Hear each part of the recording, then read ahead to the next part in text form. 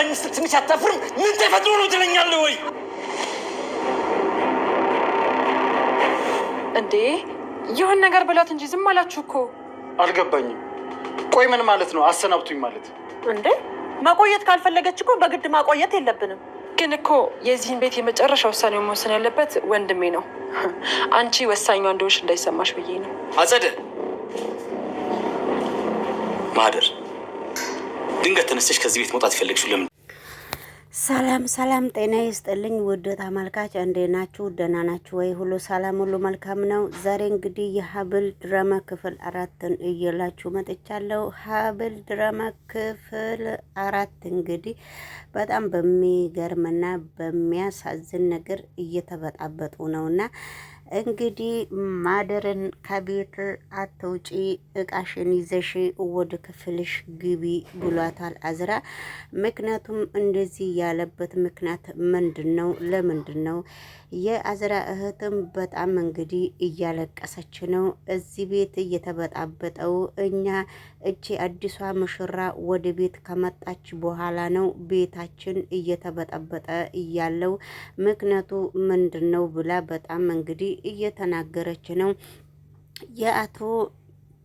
የአቶ ማነው ስሙ አቶ እስከንደርም እንግዲህ ሲበጣበጡ ዝም ብሎ ቆሞ አይቶ ለራሱ ፌንት ነቀለ።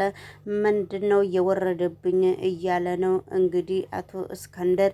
ስለዚህ እንግዲህ ሴቶቹ በጣም እየተባሉ ነው። ምክንያቱ ምን ሆነው ነው እንደዚህ የሚለውም በአንድ ቃልም መናገርም ስለደበረው እንግዲህ ውድ ተመልካች እሱ ሴቶቹ ተያይዘው እየተጓተቱ እያለ እሱ በመካከሉ ከመኝታ ክፍል ሲወጣ ምንም ነገር እንግዲህ የለም ነበረ።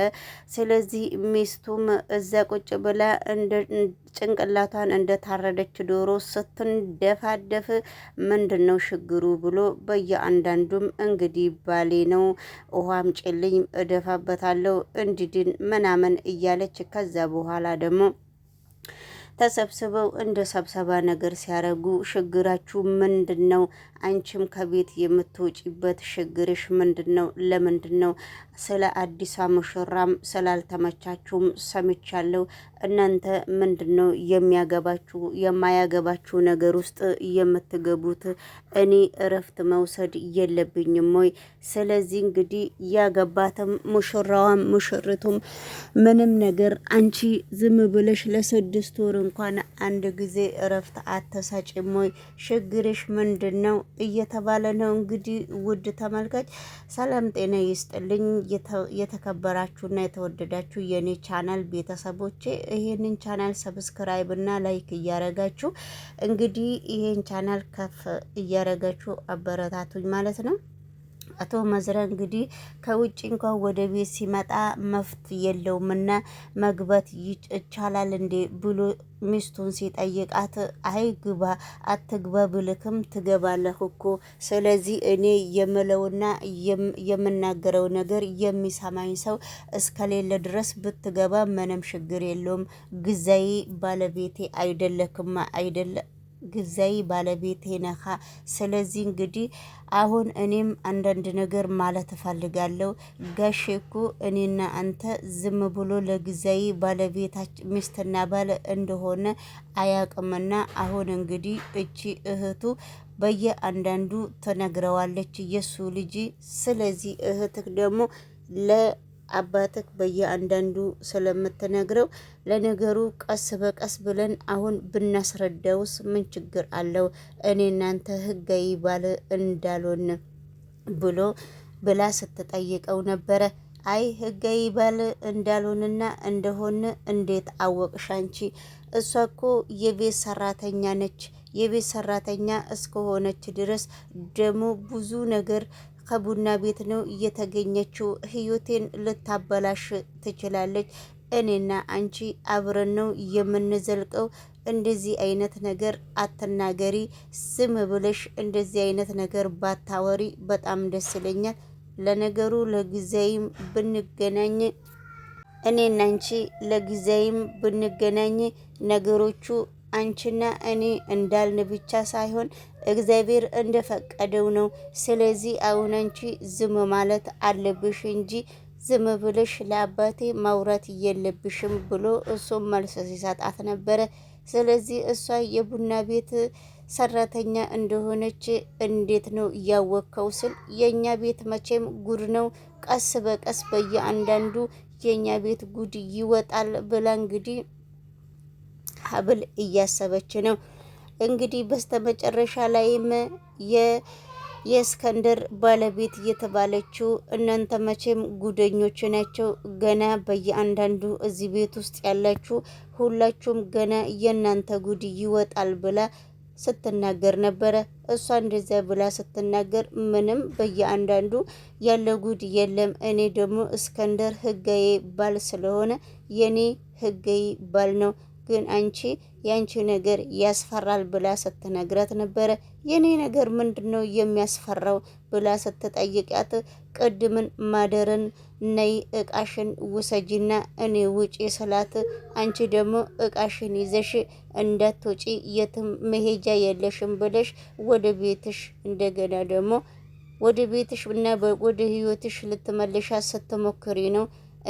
እኔ ምንም ችግር የለብኝም፣ ህጋዊ ባል ነው ያለኝ። አንቺ ግን ህጋዊ ያልሆነ ባል ይዘሽ ቁጭ እንዳልሽ በዛን ጊዜ በአንድ ቃልሽ ስትናገሪ ነው፣ በአንድ በትሽ ስትናገሪ ነው እያወቅኩት ብላ እንግዲህ መልስ ስትሰጣት ነው። አይ ምንም ችግር የለውም እኔ እኮ ብልም ስለዚህ የዚህም ቤት ጉድ በየአንዳንዱ ስለሚወጣ አንቺ ደግሞ ምንም የሚያጨናንቅሽ ነገር የለም ብላ መልስ ስትሰጣት ነበረ። ስለዚህ እንግዲህ የእስከንደር ልጅ መታ በሀብል ላይ ስትፈክር ነበረ።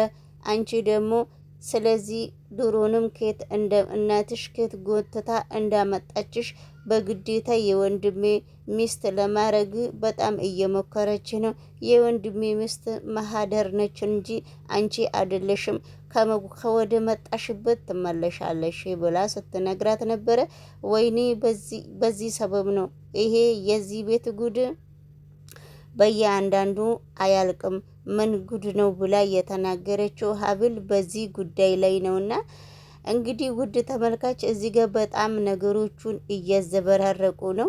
ሀብል ድሮንም አልወደደችም እና በቤተሰብ ስለመጣ ነው እንጂ እኔ ድሮንም ይሄን ነገር እሱም ከአባቱ ነው የመጣው፣ እኔም ከእናቴ ነው። ይሄ ነገር የተዘበራረቀ ነገር ቢሆንም እኔ ከድሮንም ስላልወደድኩት ምንም ችግር የለብኝም ብላ ሀብል ድሮንም ስትናገር ነበረ። ነገር ግን ለምንድን ነው አሁን በአሁኑ ሰዓት እኔ ጋሼን አላወርድምና ጋሼ ያለውን ነገር ምንም ነገር ጋሼ ፊት መቆም ብቻ ስለማልፈልግ ነው እንጂ የእኛ ቤት ጉድ በየአንዳንዱ አያልቅም ብላለች። ሰላም ጤና ይስጥልኝ የተወደዳችሁና የተከበራችሁ የኔ ቻናል ቤተሰብ ላይክ እና ሰብስክራይብ የደውሏ ምልክት እያጠቆራችሁ ሼር እያረጋችሁ ገባ ብላችሁ እንግዲህ ብንረዳዳ ለአዲያም አንደበታችን ይከፈታል ማለት ነውና ወደ ሌሎቹ ቪዲዮ ስንሄድ ደግሞ ሀብል በጣም ስልችት ብሏታል። ሀብልን ለምንድን ነው እንግዲህ አባቷ እንደዚህ የሚወዳት? ምክንያቱም ለምንድን ነው እንደዚህ የወደዳት? የትኛውን ኃላፊነት ሀብል ትቀበልልኛለች ብሎ ነው? እኔ ባሌ እስከንደር መሞቻው 6 ወር ቢቀረውም እግዚአብሔር ያለው ነው እንጂ ዶክተሩ ያለው ነገር አይሆንም ብላ እንግዲህ ወይዘሪት የሀብል እናት እንግዲህ ስሟም በደንብ አልተገለጸልኝም እየተናገረች ነው። እሱ ደግሞ ማን ነው? የሀብል ባለቤት ስሙ ማን ነው? ሀድራ ደግሞ ምንም ችግር የለውም፣ ምን ጉድ ነው? ምን ጉድ ውስጥ ነው የገባሁት? ሳልፈልግና ሳልወድ ይሄ ነገር እንደዚህ ሲፈጠር እኔ እሷ አንድ ነገር የዚህ ባለቤት የባለቤቷ ቤት የቤት እመቤቷ እኔ ነኝ ብላ ነበረ። ግን እዚህ ቤት አሁን የቤቱ ባለቤት 1 እና 2 ሳይሆን ሁሉም ሰው ነው።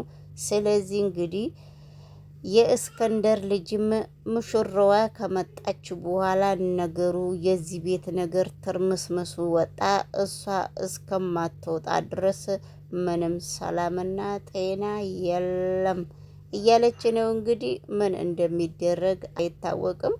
እየተደበደቡና አቶ እስከንደር እየወደቀና አሁን እንግዲህ ውሃ እያጠጡት ነው። ባንቺ ሰበብ ነው፣ ባንተ ሰበብ ነው፣ ባንቺ ሰበብ ነው እየተባለ ነው። አቶ እስከንደር እንግዲህ እቺ ሙሽራ ምንድን ነው እያደረገችው? እኔ ወድጄ ፈቅጄ ነው ወደዚህ ቤት እንድትመጣና ከሀድረ ጋራ ሙሽራ ሆነው እና ሚስትና ባለ ሆነው እንዲኖሩ ነው የምፈልገው። እናንተ ደግሞ ሌላዋን ከየት አምጥታችሁ ነው እዚህ ውስጥ ያስገባችኋት? እቺ ልጅ እውነቱን እፈልጋለሁ፣ እውነቱን የሚነግረኝ ሰው ካለ እሷ ትምጣልኝ ብሎ ምክንያትሽ ምንድን ነው? አንቺ ከመጣሽ በኋላ ሙሽራችንን እኔ ወድጄ ፈቅጄ ለልጄ ያልኩት ሚስት ነችና አንቺ ደግሞ ከየት መተሽ ነው ከሀድራ ጋራ ለመግጠም የፈለግሽው? ያንቺ ችግር ምንድን ነው ብሎ እንግዲህ አባትየው ሲጠይቅ ነበረ። እኔ ምንም ችግር የለብኝም፣ ስለዚህ ከወደ መጣውበት ቦታ መመለስ እችላለሁ ስትል ነው እንግዲህ ማህደር ወደ ክፍልሽ ግቢ ያላት። እኔ ጨዋ ልጅ ነው ብዬ እኔ ምስት እስከብት ድረስ ሳመጣለት ሁሉንም ነገር ጨርሼ አዋረደኝ እያለ ነው እንግዲህ ውድ ተመልካች። ስለዚህ እንግዲህ ውድ ተመልካች ድራማው አንዳንድ ነገር ብዙ መድስ ስለሆነ ስላልገባኝ ኤክስዝሚ እያልኩኝ፣ ስለዚህ እናንተም ላይክ እያረጋችሁ ከፈለጋችሁ ላይክ አድርጎቡ፣ ከፈለጋችሁ ተው፣ ምንም ነገር አይመለከተኝምና በርቱልኝ። እናንተም እኔም እበረታለሁ። ድራማው አንዳንድ ነገር በስተጀርባ ላይ እንግዲህ ቁስል ያለንን ሰዎችም ሊቀሰቅስ ይችላልና ሚስት ባል ላይ እንደዚህ መደራረብ በጣም ከባድ ነውና አንዳንድ ጊዜ እያስተዋልን ብንራመድም እንግዲህ ከድራማው ስር ብዙ ነገሮችን እንማራለን ብዬ አስባለሁ። ሰብስክራይብ እና ላይክ እያረጋችሁ ወደዚህ ቻናል ብትቀላቀሉ ስለ እውነት በጣም ደስ ይለኛል። እንግዲህ እና ካልተቀላቀላችሁም ሁሉም ለኔ አንድ ነው፣ እግዚአብሔር ይመስገን። እና ድራማው ይሄን ይመስላልና በጣም የሚገርምና አንዳንድ ጊዜም የሚያሳዝን ነገር አለው። ወንዶቹ ሴቶቹ ወንዶችዬ ላይ ተባሉ ማለት ነው። አትገኙልኝ። ምን አልሽ አንቺ? ከየትኛው ክፍልሽ ነው መውጣልሽ? እዚህ ስትቀመጪ ሁሉም ክፍል አንቺ መሰለሽ አይደለ? ስሚ ልንገርሽ